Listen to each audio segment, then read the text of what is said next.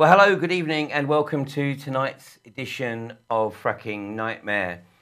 Now, I'm opening the show tonight with some very sad news because literally in the last hour or so, I've just caught news of the death of Dr. Theo Colborn. Now, Dr. Theo Colborn is regarded, or was regarded, as one of the world's leading researchers into endocrine disrupting chemicals in the environment. And she came to the fore with regard to the fracking industry with her appearance in a documentary in, I think it was 2009, called Split Estate. And Dr. Theo Colborn actually contributed this remarkable database, which is freely available. Dr. Theo Colborn made it available because she wanted to get her life's work into the public domain. Now, this database is freely available on frackingnightmare.com. It's available as a download, and it is the most comprehensive database of chemicals that are used in the process of high volume, high pressure hydraulic fracturing. It's not just a list of chemicals, it's a comprehensive database of what those chemicals are used for in the process, and also the known effect of these chemicals in terms of contamination and in terms of negative health impacts on both humans and livestock. And I just want to read this that has been put out by TED TV. And they say that if ever you had the opportunity to meet Dr. Theo Colborn even once, you knew that she didn't have a single hidden agenda. Her commitment to uncovering the truth was out there for the world to see. For nearly 30 years, she dedicated herself to revealing the dangers of endocrine disrupting chemicals to wildlife and humans. More recently, she alerted us all to the threats posed by chemicals associated with oil and gas development, particularly hydraulic fracturing. She wove the two together beautifully in her statement, The Fossil Fuel Connection, which she worked on until the day she died. Theo's visionary leadership and passion shone most brilliantly when she made direct connections between new ideas. Scientists who worked confirmed them, impacted individuals and people in positions to change what needed changing. She will be remembered for many generations to come, generations that she worked tirelessly to protect.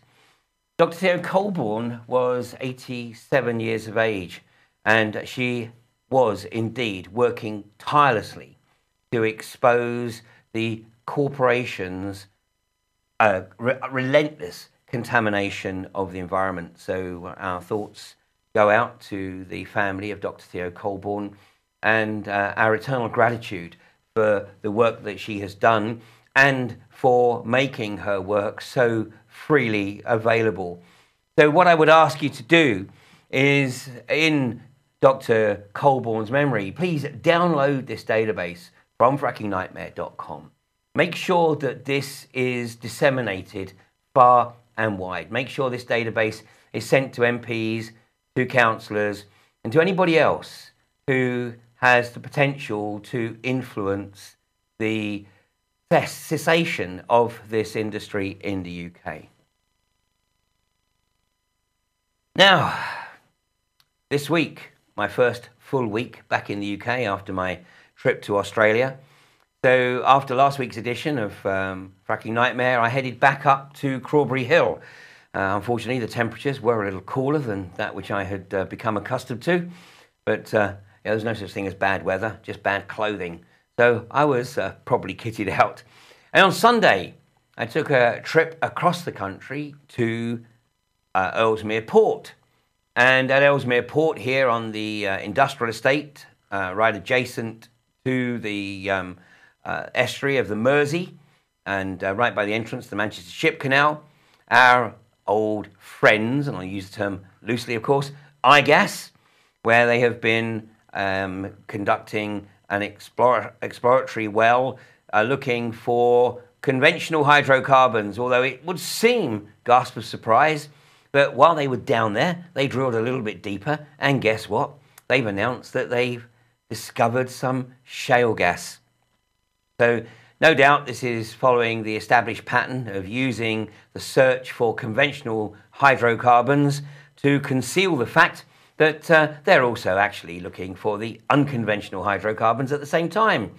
So iGas actually earlier today released an announcement stating that what they had found was in excess of their expectations. Well, yesterday some 200 plus people gathered at Ellesmere Port. Obviously it was a Sunday, so iGas really didn't give too much of a damn that 200 people were there. They might have had more of a problem if they were there this morning. But yesterday was a wonderful gathering, and people came from all over the country to share their current status in contesting this pernicious industry, and also, of course, letting iGas know that even though they may not be experiencing quite the level of daily opposition that they had at Barton Moss, nonetheless, it is very much alive and well. But, you know, right now, the anti-fracking community doesn't necessarily need to be there every day, because I think the industry is doing a real good job of destroying itself. And in fact, if we actually take a look at what's been occurring with iGas, in fact, I have to get the bottle of champagne out again, because I'm actually going to sort of resist having another iGasm, because it might get a little bit messy. Because the stock price is absolutely tanking. And you know, I think some of the investors that are actually now getting it at last, and I think last week I was celebrating the fact that it was below 50. Well, in just a week, it's now below 40. Well, you know, we're not doing another live edition of Fracking Nightmare until Monday, January the 5th. And, you know, who knows where the stock price will be by then. Well and truly in the toilet, I hope. You know, now, let me make it clear, I have absolutely no desire to see iGas go to the wall. But whilst they're in the market for unconventional gas exploration and exploitation, then that would be certainly a desired outcome. So my recommendation, for what it's worth, not that they really care, but my recommendation is iGas, get out of unconventionals, concentrate on conventional exploitation, and you might actually see the stock price recover. But the bottom line is that the unconventional gas industry is pretty much dead and buried. And I would love to say that you know, that's primarily due to the activities of the anti-fracking community, and you know, no doubt that we've had a little bit of influence, but actually nothing like the influence of Andrew Austen, who has done himself no favours whatsoever by his somewhat shady dealings. Of course, he's making the claim that they are totally legitimate, but Andrew Austen used his stock holdings back in January to raise nearly £8 million. And he actually made a commitment to refund that $8 million by effectively repurchasing the stock that he'd used as collateral at the rate of 105.33 pence per share. Well, whilst it's barely 38 pence per share, it looks like you're in a deep hole, Mr. Austen. And I'd love to say I feel sorry for you, but you know, I wouldn't be actually speaking the truth, would I? So, you know, greed, unfortunately, you know, has its implications. And so you better start thinking how you're going to raise that capital in 2.5 years, because the bottom line is the iGas stock price is likely to fall even further. And that primarily is down to OPEC. Now, this is not a one-dimensional issue by any stretch of the imagination, because the reality is that the NeoCons in North America are desperate to destroy the economies of Russia and Iran. And they tend to sort of lack any real creativity. So the only way in which they see that they can do this in the short term is to tank the price of oil.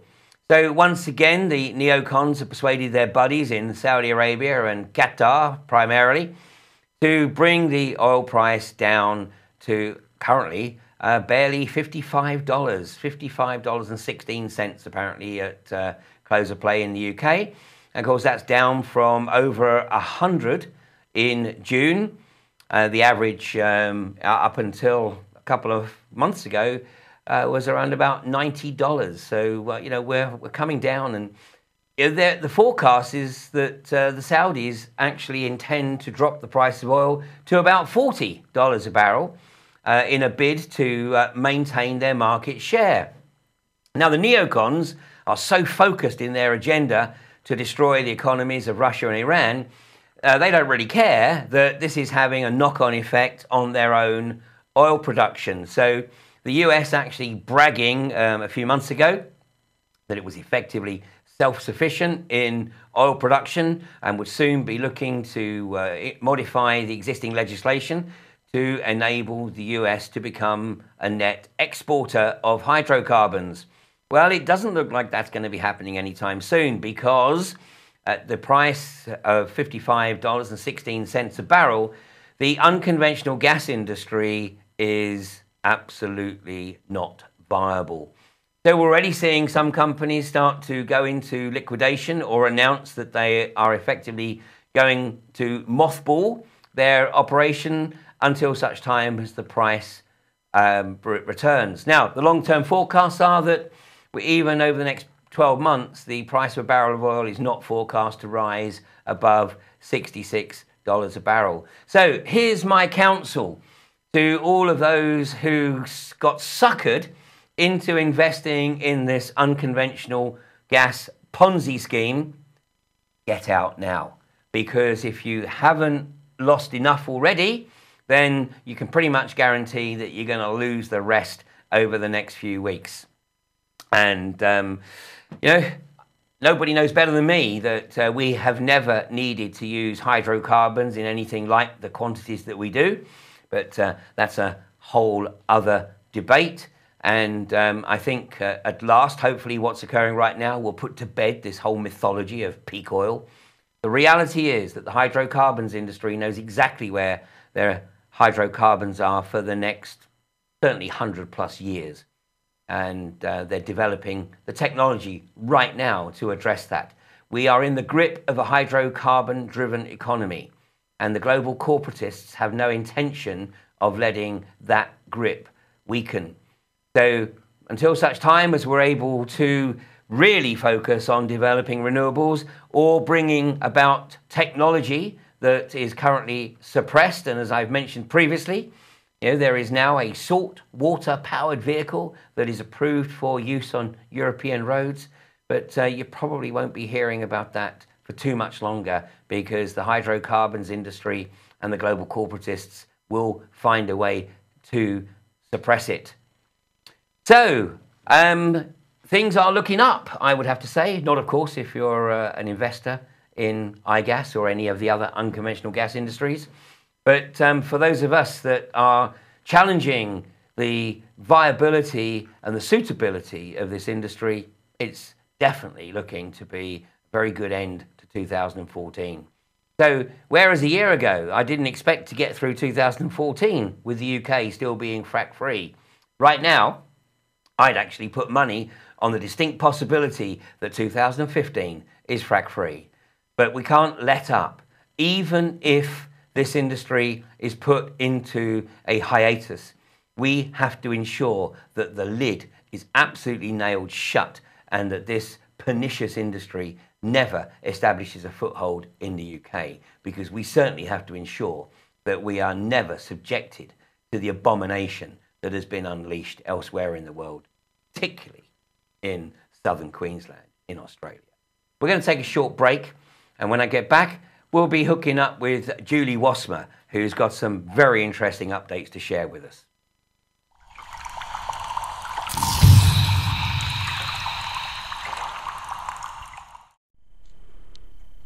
Yeah, well, for the early days, you know, we just thought, we heard a bit of hoo-ha about the industry coming, you know, the odd sign appeared, but we just thought, you know, like, we've got a bad mortgage that eventually they'll come here, hopefully, and we'll get a couple of wells, you know, like, we weren't against the industry.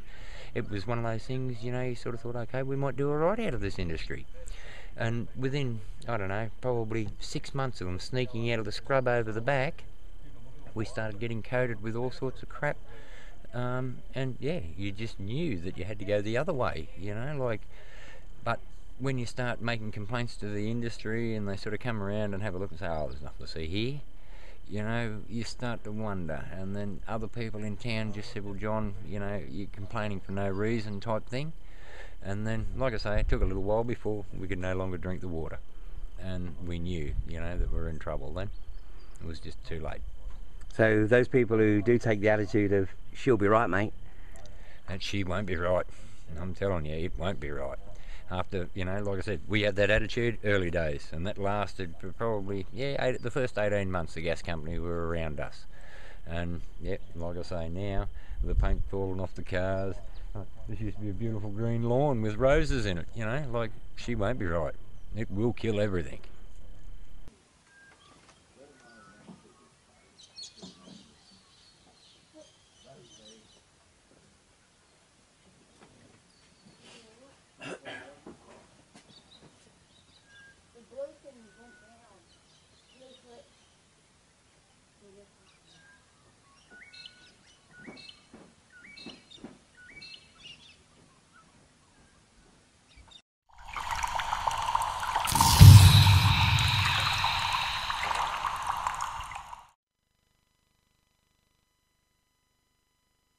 And welcome back to part 2 of Fracking Nightmare.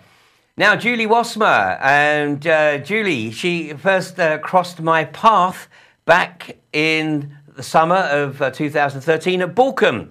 And we've got a picture here of Julie on the screen, I hope. There we go, Julie on the screen there, with her compadres of the Sussex Police Against Fracking, or maybe they weren't. But Julie was participating in the Reclaim the Power event on the August Bank Holiday weekend of 2013. And Julie was sort of trailing the main body of the march. And then she stopped in front of the gates of the Quadrilla well site in Borkum and literally unleashed a very powerful monologue to all who were gathered, particularly the police around the gate. And I actually recorded that, posted it up on YouTube, and then subsequently Julie got in contact with me. Well, Julie has been very active. She's one of the founders of the group Mothers Against Fracking. And more recently, in fact, I think just last week, was up at Downing Street with Bianca Jagger handing in a petition to David Cameron, which sadly, of course, we know that he bins as soon as it comes through the door. But nonetheless, the publicity and the media were there, the BBC were there. And so, Julie, are you there online with me? I'm here, yes, Ian. Excellent, excellent. Now, Julie, this, for the last 12 months, I know that you've been incredibly busy because you do other things as well as, a driving force in the anti-fracking community. You sit on the Kent committee of the Campaign for the Protection of Rural England. And in fact, in that role, you were instrumental in uncovering some somewhat dodgy dealings in another CPRE group. Is that not correct? Well, what I do know about CPRE Kent has a great person on the actual chair of the Environment Committee is the hydrogeologist Graham D. Warren, who really does work tirelessly to try and raise awareness of the dangers of specifically to water in Kent as well from fracking. But certainly David Montagu-Smith, who is no stranger to you, I know, Ian, he is the chair of Rathlin Energy, but he is also the district chair of West Northamptonshire CPRE. And I did discover that he was also on the Task and Finish group for CPRE, which actually helped determine CPRE's policy on fracking, which is that they don't oppose it per se. And they didn't sign up to the Fit to Frack report, which virtually every other trust did, including the National Trust and the RSPB. Well, I mean, obviously there is a massive conflict of interests. And, you know, what is absolutely fascinating is that in, 21st century British society, there is absolutely no shame whatsoever with some of these corporatists in terms of literally infiltrating groups like CPRE, getting themselves ensconced in senior positions to effectively ensure that policy supports their industry. Because my understanding is that not only was Montagu-Smith active in terms of ensuring that CPRE did not oppose fracking, but he was also instrumental in trying to lobby the British government to shut down their subsidies for renewables. Yeah, well, that's absolutely true. And you've only got to go to the website for West Northants CPRE to see letters of congratulation from David Montagu-Smith to various MPs who are lobbying David Cameron to cut the subsidy to renewables. So you have to ask, would he really be doing this as the CEO of Rathlin Energy? Would he actually be laughed out of the studio wherever he was? Can you imagine? But under the guise of the district chair of West Northants CPRE, he can say, well, yes, actually, we don't want this aesthetic blight of wind turbines. I mean, this is a real problem, I think, for CPRE, because I know that Graham Warren works really hard for CPRE, trying to raise awareness of the dangers of fracking. And he's really been helpful to East Kent against fracking. And he's also written, objections and information for various other places. But I'm looking now, my membership for CPRE is up for renewal.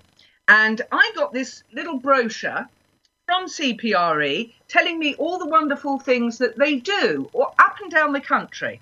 On the front, it says, in your area and all over England, CPRE branches are doing amazing work to defend our countryside. So I had a little look and thought, well, what are they defending? In South Yorkshire, they're fighting a battle to save an ancient woodland. In CPRE, Bedfordshire and Northamptonshire's defence of a precious landscape is not actually defending it from fracking, it's defending it from these nasty wind turbines. Here we go again. CPRE Warwickshire's fight to stop urban sprawl. CPRE are fighting that. And here we are, they're even helping Lancashire, the people of Lancashire. Fantastic. Are they protecting them against fracking? No. They are fighting to protect Lancashire's green belt. And in the first little paragraph, might be very interesting to the good people of Barton Moss. An application was received by Salford City Council on September 2013 for a major greenbelt development in Earlham, Greater Manchester, consisting of, not fracking, 285 homes, 6 sports pitches, 3 tennis courts, various community buildings and car parks, which they helped to fight the application for. Is there any mention of fracking in here? Absolutely none. So what I'm going to do, Ian, is I'm going to be writing to Sean Spears, who is the chief executive of the Campaign for the Protection of Rural England, the national CPRE, and I'm going to ask him, why doesn't CPRE get off the fence and stop trying to fight fracking in these small, NIMBY ways? Like recently, CPRE Kent tried to get East Kent made a frack-free zone. But what ECAF says, and what, our chair, Rosie Rector, wrote to them and said, was, look, here's the presentation by Professor Smythe, the one he made to the House of Lords, because we think, that's East Kent Against Fracking, thinks that CPRE needs to reconsider its national policy on the extraction of unconventional oil and gas and protect not only all of Kent, but the whole of the UK. If it is bad for our water, agriculture, environment and health, it is also bad for everyone else. This is a national issue in a small island. So I would suggest, how about tonight, Ian, we ask everyone, in fact, to email Sean Spears and ask why CPRE doesn't actually, instead of wasting time opposing car parks and sports facilities, actually oppose something really worth opposing, like fracking in this country. If anybody wants to know, I've got Sean Spears' email address here. It's Sean, as in Sean the sheep, SHAUNS, Sean S, at cpre.org.uk. I'm sure he would love to get a bundle of emails from people up and down the country, also asking him about David Montagu-Smith. And I'm sure the people in Corbury Hill and West Newton might like to get that going, don't you, Ian? Oh, absolutely. So, I mean, this is a prima facie example of what should be an organisation that people can rely on to protect them against the pernicious agenda of the industrialists. But in reality, it's been totally hijacked. And in fact, the bottom line is that CPRE are effectively campaigning for donations under false pretenses. Well, CPRE is a respected charity, and it has a responsibility to all of its members. But, you know, I talked to Sue Taylor at Borkham about this, and Sue was actually appalled to have gone to a CPRE presentation on fracking in Hampshire, where they actually showed a quadrilla presentation. She recognised the slides, and she duly complained about this, just to get, you know, a response back that was really just bad-mouthing Friends of the Earth, how they had, you know, junked all the Friends of the Earth literature that some people had tried to take to that event. You know, what I did today was I looked up Sean Spears, and I saw that he has been in his position as chief executive of CPRE since 2004. And on a website called 21stcenturychallenges.org, he was quoted as saying, "If you look generally at history and how change happens, it happens through small groups of very passionate people, and that makes society better." Now, I think he's just given us a great idea there, because certainly we are small groups of people and we're very passionate. But unfortunately, it doesn't seem like our passion is in the same place as CPRE. CPRE seems to me, on a national basis, to have adopted a policy which shows that they do not really want to incur any criticism from senior politicians. You know, they do meet with people like Pickles. I've seen a man called Richard Knox Johnston at CPRE Kent. I've seen photographs of him with Eric Pickles. And Pickles, as the communities minister, I know that he's involved in rejecting applications for large-scale solar applications. So, you know, could there possibly be a back-scratching relationship going on here, where CPRE actually remains on the fence about fracking, and actually, but meanwhile gets Pickles to oppose these large-scale solar applications, which they don't want to see? I don't know, but it's a question. Well, it's a very good question. Of course, CPRE is now known in East Yorkshire as the Campaign for the Protection of Rathling Energy. Because that's effectively, you know, what it has become. And yeah, I know, Julie, that you know, you are sharing this with us, but for the last few months, you have been flagging this up to CPRE, to the Campaign for the Protection of Rural England, and you've tried to give them every opportunity to do the right thing here, which is to effectively issue a public statement in response to the observation that it is very evident that David Montagu-Smith, chairman of Rathling Energy, has effectively abused his position as chairman of the West North Hants group for Campaign for Protection of Rural England to effectively further his particular business interests. And CPRE have, as far as I understand it, singularly failed to respond, you know, to this observation, and decided instead simply to try and sweep it under the carpet. Yeah, I think that's really fair to say. It wasn't that long ago in the autumn. Well, actually, in the late summer, I wrote an article called The Politics of Fracking. And within that, I actually posed a question whether or not it was acceptable to have somebody like David Montagu-Smith in these two roles, whether there was a conflict of interest there. I mean, I think if we look at the difference in attitude between, say, the historical sex crimes investigation, where there have been numerous suggestions of who should take charge of that investigation. And each time it's been decided, it's been insisted that not only should the person in charge of that investigation be impartial, but to be accepted to be impartial by the general public, because it's such an important issue. And yet on this particular issue, we see on fracking numerous conflicts of interest. I don't think they're acceptable. I don't think anybody believes they're acceptable. And when I raised the fact that I had written this article to the CPRE Kent Environment Committee, I was almost shouted down by one of those members, Richard Knox Johnston. I'm surprised that he didn't actually say, "How dare you?" That was the tone of that meeting, that they were really beyond criticism. But that was one person saying that. Other members of that Environment Committee actually raised the question that if this had been a council meeting and David Montagu-Smith was there having to discuss an issue in which he had any interests, he would have had to have left the chamber.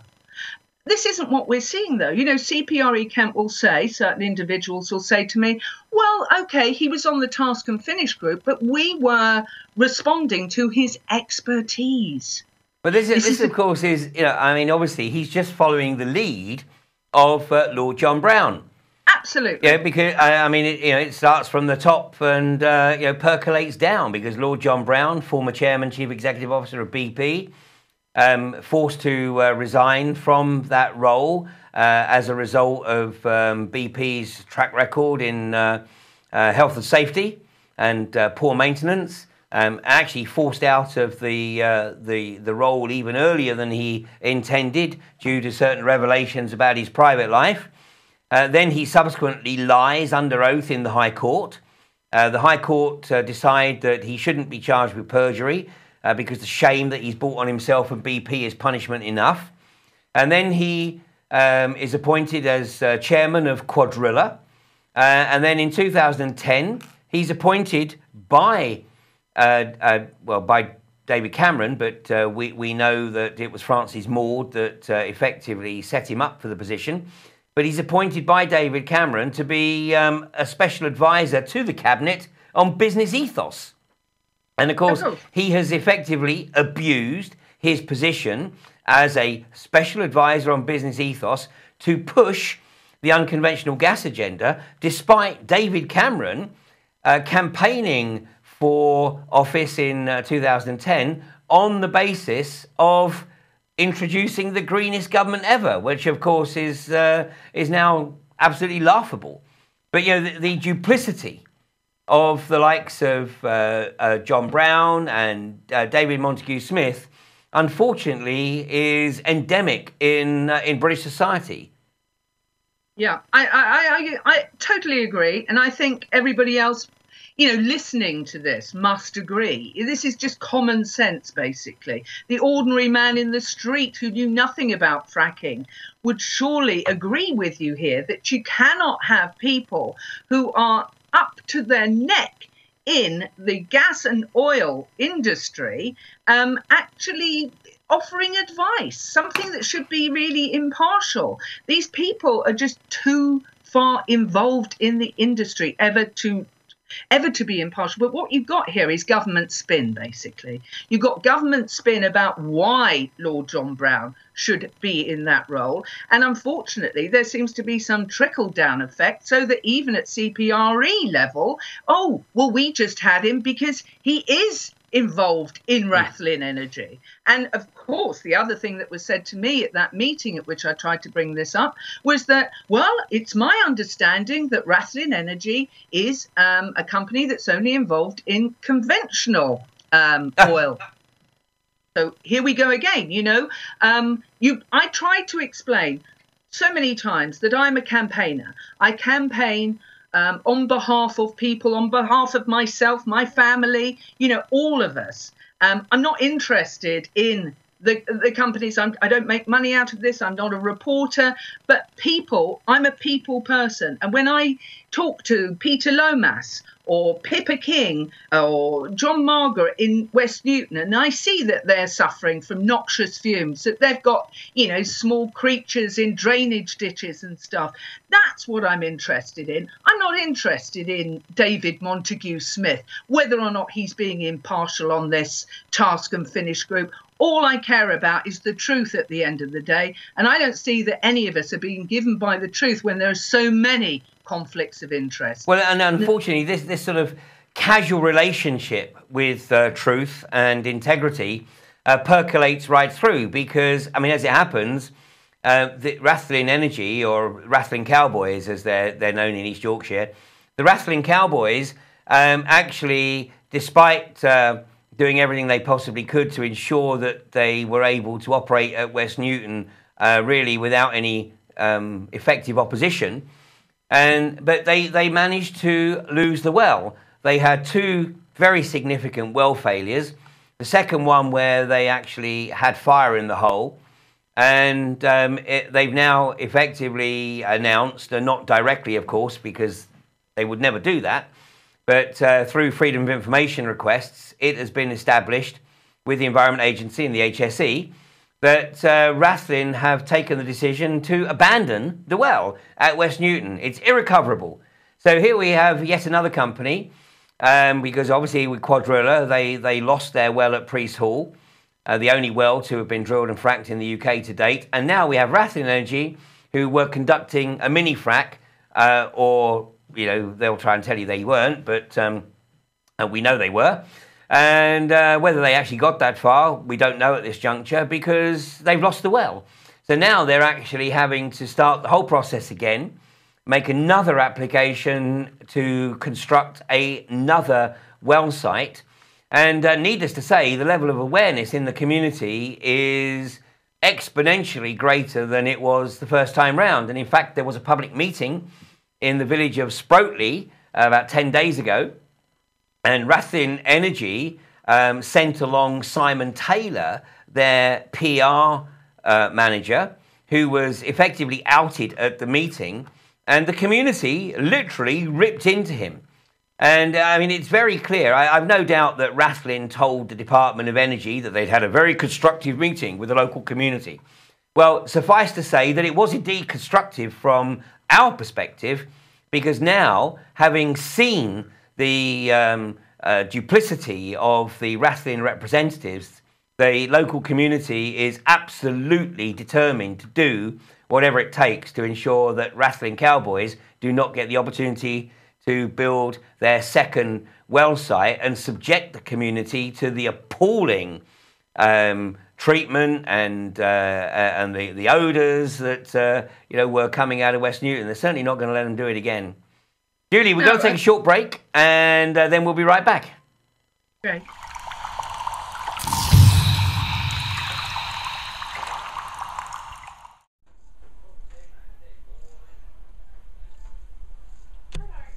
The way they get most people to sign up is by coming at you with a checkbook, and everyone needs money. John and I need money just as much as anybody else. I've been poor most of my married life. I'd rather be poor than take their dirty money. I was brought up in a good Catholic family, very wealthy family. But I'd rather be poor than take QGC's money, CSG money.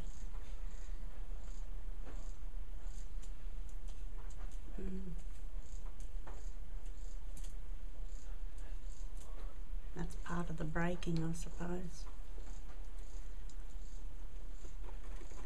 But yeah, $100,000 they offered us that we turned down. Going, you know, living here and amongst this isn't worth $100,000 for the next 50 years. I'd hate to think what that equates to a day for 4 people. And it's made people so wealthy. Companies really, really wealthy. And they'll trot on anyone for that wealth. Probably their own mothers. God knows what they're taking home to their children. But they're making money. So they can afford their extra houses and their speedboats and their flash bikes and a life that they get accustomed to. And like I said, 800 people have just lost their jobs. They were all accustomed to this wage. And now they've got nothing. I actually feel sorry for them. And by rights I shouldn't, but I do.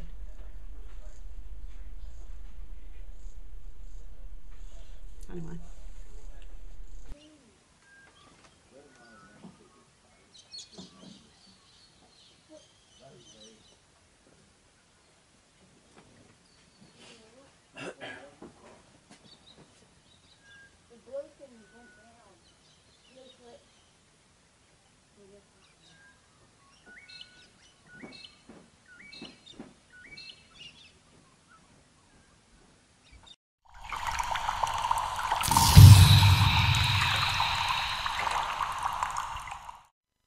And welcome back to part 3 of Fracking Nightmare, and I'm joined by Julie Wassmer. Now, Julie, I know that while I was in Australia, you participated in a very interesting event at Canterbury University. Can you tell us a bit about that? Yeah, sure. It was Canterbury Christchurch University, and it was an important debate on fracking. The reason why it was important was because probably for the first time, remember all the talk fracking debates, we actually managed to get pro-fracking speakers, or rather the university did. And it's thought that that was probably because the dean herself came forward to chair the debate. So the panel actually consisted of David Smythe, the professor, he's the emeritus professor of geophysics at Glasgow University, Mike Hill, the engineer from Lancashire, a local councillor that was Ian Driver, a member of East Kent Against Fracking, an analyst from a think tank, that was the economist, Professor Paul Stevens from Chatham House, and a campaigner who was yours truly. And there were like 350 people turned out to this, but they had to apply for a ticket beforehand.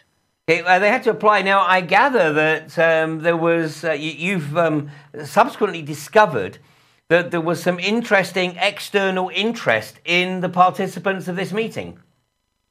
Absolutely unbelievable. Just before I came on air, Ian, I was sent a news item from The Guardian, which I printed out very quickly. And it's entitled, Police Asked University for List of Attendees at Fracking Debate. And it turns out that while people were applying for their tickets, the police had actually asked Christchurch University to hand over a list of the members of the public who were due to attend. Absolutely unbelievable. I couldn't believe this myself. I had to read this twice. Did the university provide that list to them? No, they didn't. I mean, thank goodness for that. Absolutely, and they and to their credit, they actually said they've issued a statement to The Guardian which said they were contacted for a list of attendees at the Engaging Sociology event Fracking in the UK and did not disclose the requested information. It added that the university did not feel it was appropriate to provide the information. Not only that, they also said, which was much stronger, a spokesman for the university and college union which represents academics, said academic freedom is a key tenet of our democracy and rightly cherished by our universities. We are extremely uncomfortable with the police asking for details of people intending to attend a public meeting. Universities must remain a safe place for students, staff and guests to rigorously debate any issue and not fear that the police or any other big brother figure is looking over them, knowing who they are and where they live. Quite right too. Well, absolutely, because it is just yet another example that the British police are in fact little more than corporate enforcement officers. You know, a statement that was actually made by the judiciary in Manchester during one of the trials of many of the people who were arrested during the Barton Moss campaign. And, you know, we're seeing the judiciary fortunately uphold the law and dismiss a lot of the cases brought by the police, because the police are clearly in breach of their oath. They are not acting in any way, shape or form as peace officers. They are acting as corporate enforcement officers. And this is yet again another indication of the intimidatory tactics. On last week's Fracking Nightmare, we played the footage of the arrest of Pete Lomas for the heinous crime of running a stick-along offence. And in fact, it was so heinous that there was absolutely no evidence whatsoever of any physical damage whatsoever caused by the stick. But the arrest was more fitting of somebody that had committed an act of real violence. But this is all about intimidation. It's about the intimidation of those who have the audacity to challenge the establishment agenda because they are concerned about the legacy that they are leaving future generations. Yeah, well, Ian, it's not even those who are challenging the industry. This particular article actually references Lancaster University. It says police at Lancaster University took photographs of two posters reading "Not for Shale" and "End Israel's Attacks on Gaza" that were in the office window of the Students' Union president. They told her she was potentially committing a public order offence. This is for two posters, one of which says "Not for Shale." Well, yet more evidence of the police state. Now, I do want to actually talk about David Smythe, because we've been talking about intimidation, and David Smythe has been subjected to some quite outrageous treatment by the British media, because David Smythe has been willing to help support the campaign to shut down the unconventional gas industry in this country by bringing his professional expertise to bear. And he was an expert witness, of course, I believe, at Whisper Green, which resulted in West Sussex County Council denying an application to drill an exploratory well over on that side of the county. But after that, and here we've got on the screen here, we've got, in fact, this is the headline from the Daily Mirror, I believe it was. Fracking risks drinking water greater in Britain than the United States, warns expert. And now this is, of course, David Smythe. But so incensed was the establishment that David Smythe, because he's a retired academic, therefore he's not on the payroll. And I want to share the experience of a meeting that I attended in North Yorkshire last Friday in a second with academics from Durham University.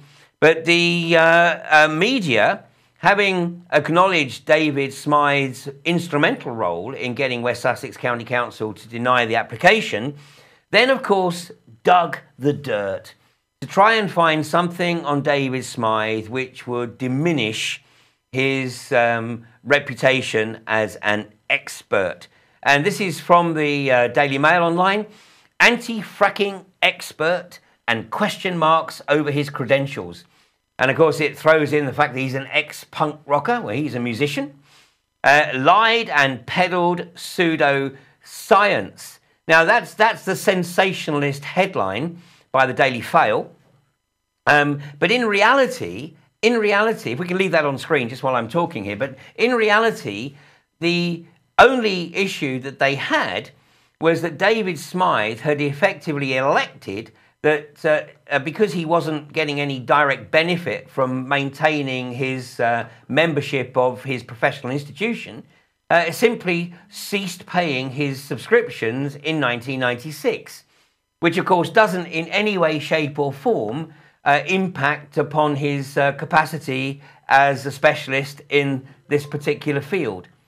So, fortunately, David Smythe hasn't risen to this, and he's done the right thing, which is just sort of simply ignored it.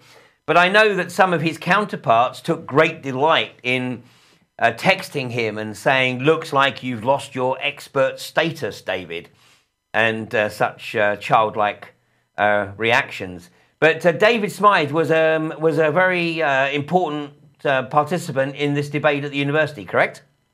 Well, he was, and I thought it was really important that we had him too. And one of the reasons for that is because if you follow the government spin, it is that the government wants everyone to believe that anybody who is opposed to fracking is opposed to fracking because of an irrational belief. Often a religious. I think Cameron once said, people that are against fracking are often have a religious belief in climate change. I mean, the whole language is constructed by the government to the people that write their speeches to paint us all as a bunch of irrational eco-freaks. Absolutely. And this is a point that I made at the debate, really, is that if you take any residents, community anti-fracking group up and down the country, we're actually a microcosm of society in general. And there will be lawyers there, teachers, there'll be factory workers and mums, but there'll also be politicians, engineers, and there'll also be geophysicists. And so it's really important that we have those science voices there, or engineers. Mike Hill or David Smythe, both of whom were on that debate panel, were really important. And it's no coincidence either that all the shills came out to try to withdraw Mike Hill's description of himself as an expert advisor on the engineering side of regulations after that debate. It's really important for these people to be discredited because of the validity of their arguments. Absolutely. I mean, and right now, the attackers are seriously coming out of the woodwork. I mean, I think all of us are experiencing attacks on various levels. But one, this identifies the individuals, of course, who come on the attack.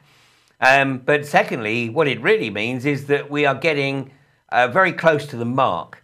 It's the old adage that you're over the target when the flak starts flying close around you. And we know very, very well that we are hurting the industry, and we're hurting the British government in its agenda to establish this industry. Not as much as OPEC, I have to say, but we're certainly playing our part. And of course, that's borne out by the fact that they're now throwing $5 million at a marketing campaign to try and convince the British public that fracking is safe. But now, tell us a little bit more about this debate, because I think there was some interesting fallout, wasn't there, afterwards? Well, it was fiery. One of the councillors was Ian Driver. He actually walked off because he didn't feel that enough attention was being, we weren't being allowed. The anti-frackers weren't getting their right bite of this cherry. Nick Riley was there. He is a pro-fracking geologist, and I've seen him speak at the Fernhurst Village Hall debate in the summer. Professor Stevens, the economist, actually started coming out with, it sounded very much as though we had converted him halfway through. I mean, the debate itself is actually available online. It's on a Vimeo piece of footage for anyone to see. And certainly we won the debate. Judging by the response, we won the debate, hands down. I mean, since then, David Smythe has actually started up his own blog. He's always had a web page, but But if people want to Google David Smythe and Frackland, that's his new blog. And just last night, he has a new piece on Frackland, which is called Slick Talking by Quadrilla's Lord Brown. And it's a piece about the dangers of polyacrylamides. Yes. In fracking. Yeah, because Quadrilla's stance at every public meeting is that, oh, no, we're not going to use a raft of chemicals. We're only going to use one benign chemical, a polyacrylamide. And obviously, there are very few chemists around, and there's probably little to challenge that in the local communities. But David Smythe has done a superb job of deconstructing Lord Brown's rather supercilious statement. Absolutely. And, his conclusion is the precautionary principle implies that slick water fracking, and of course that's the purpose of polyacrylamide, is, to reduce the friction reducer, using polyacrylamides should be made illegal forthwith. And he's written, not so slick, Lord Brown. So excellent. So now we encourage people, obviously, to read that. We're certainly going to be making sure that gets posted around the many anti-fracking social media pages, because this is an absolutely outstanding deconstruction of the statement that polyacrylamide is a safe chemical, a benign chemical, and it's the only chemical we're using. And as I stated when I opened the show, thanks to the work of the late Dr. Theo Colborn, we actually do have access to a pretty comprehensive list. It may not be definitive, but it's a pretty comprehensive list of the chemicals that are used by the industry. And what we also know is that the industry is past master at mission creep. So, it gets its foot in the door. And the classic of this is, of course, the situation in Queensland, where, as Brian Monk says, it started with just one well. And this is what the companies are all trying to do with their planning application. Say, oh, no, it's just one well. We're just looking to drill an exploratory well. And without mentioning the fact that ultimately, if this industry is going to be viable, which we know it won't at $55 a barrel, but even if it was still $120 a barrel, they've still got to drill an enormous amount of wells to make this viable. And that's obviously what they're trying to keep secret. Yeah, and it's the spin. We're back to the spin again. But the other thing recently, I don't know, the 205 groups that recently signed up to the GNHRE report. Do you want me to say a few words about that too? Because, I guess what we're saying here is we are fighting government spin at all levels, conflicts of interest, downright lies according to the hazardous nature of chemicals. But we do it as a democratic movement. And you did mention earlier that, stuff that goes through that door at number 10 for David Cameron's attention just disappears in a bottomless pit. Last year, Gazer Frackman did his walk the walk trips to Downing Street. You were there. I was there. Many campaigners went up there with letters from their own groups. 25 groups altogether were involved in that.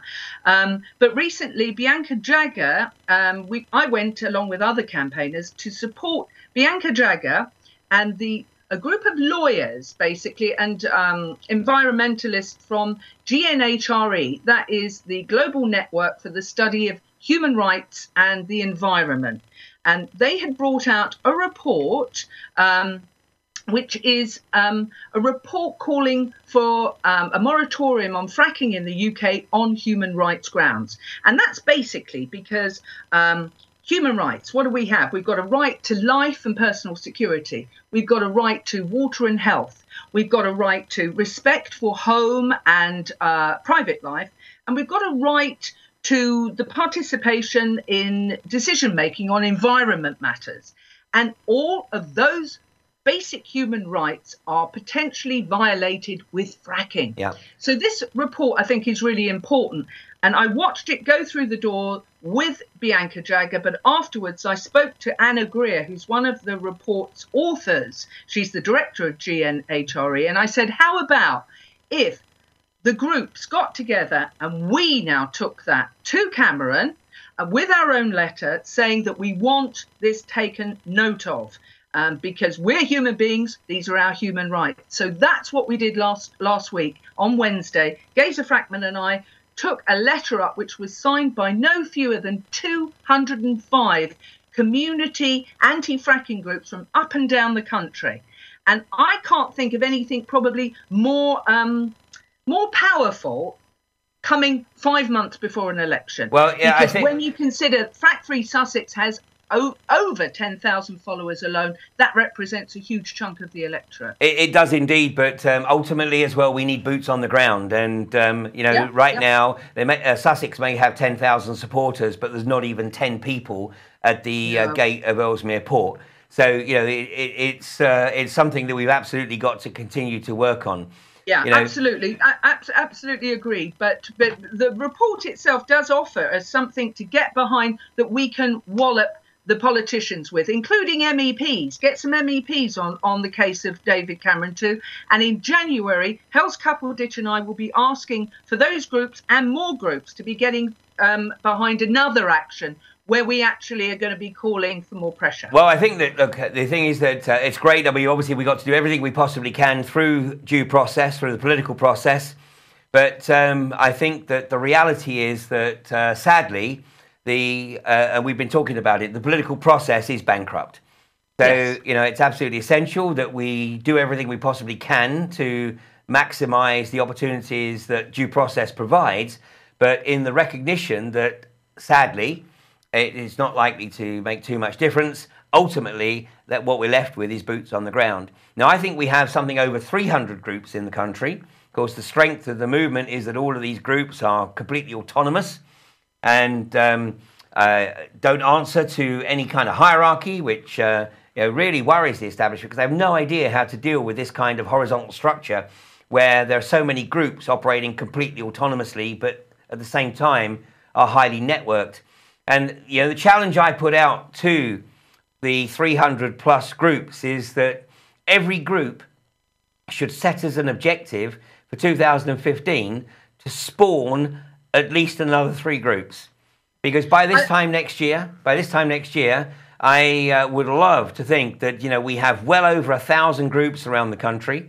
I'd also love to think that, by the way, that by this time next year, this whole industry is consigned to the annals of history because it's just not viable. And as I said earlier, even if they decide to go into a hiatus, due to the low price of oil, we have to make sure that the lid is absolutely nailed shut so that they can't creep back once the price of oil starts rising above $80 again. So, Julie, unfortunately, we're out of time. But thank you so much for your contribution and for your tireless work, both on CPRE, Mothers Against Fracking, the work that you have been doing with Bianca Jagger. And, once again, what this is indicative of is the power that each individual has. I mean, you are very much empowered. You don't answer to anybody. This is absolutely your own initiative.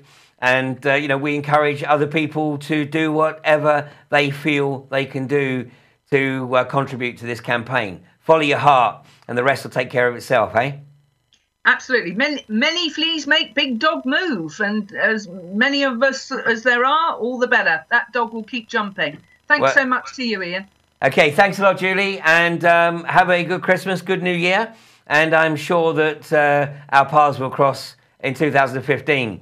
So just before we go, one final date for your diary. This is Sunday, January the 11th, and this will be the first Solidarity Day of 2015 at Crawberry Hill. Now, this is actually 4 days after East Yorkshire Council have threatened to initiate an eviction of the camp. Now, of course, they will have to go through due process because the camp is effectively Section 6. In other words, all of us who live there. And right now, my little bijou residence, the caravan on the verge at Crawberry Hill, is my primary residence. So East Yorkshire Council will have to seek the civil court judgment to evict us. And needless to say, we will, of course, appeal. And I've no doubt that East Riding Council are getting a lot of pressure from David Montagu-Smith. In fact, he made it very clear in the council hearing for the planning permission at Crawberry Hill that he expected the council to do whatever it takes to remove the protection community from the verge. So hopefully we'll see you at noon on Sunday, the 11th of January at Crawberry Hill. Come join the party and let's see this industry buried once and for all. Thanks a lot. See you in the new year.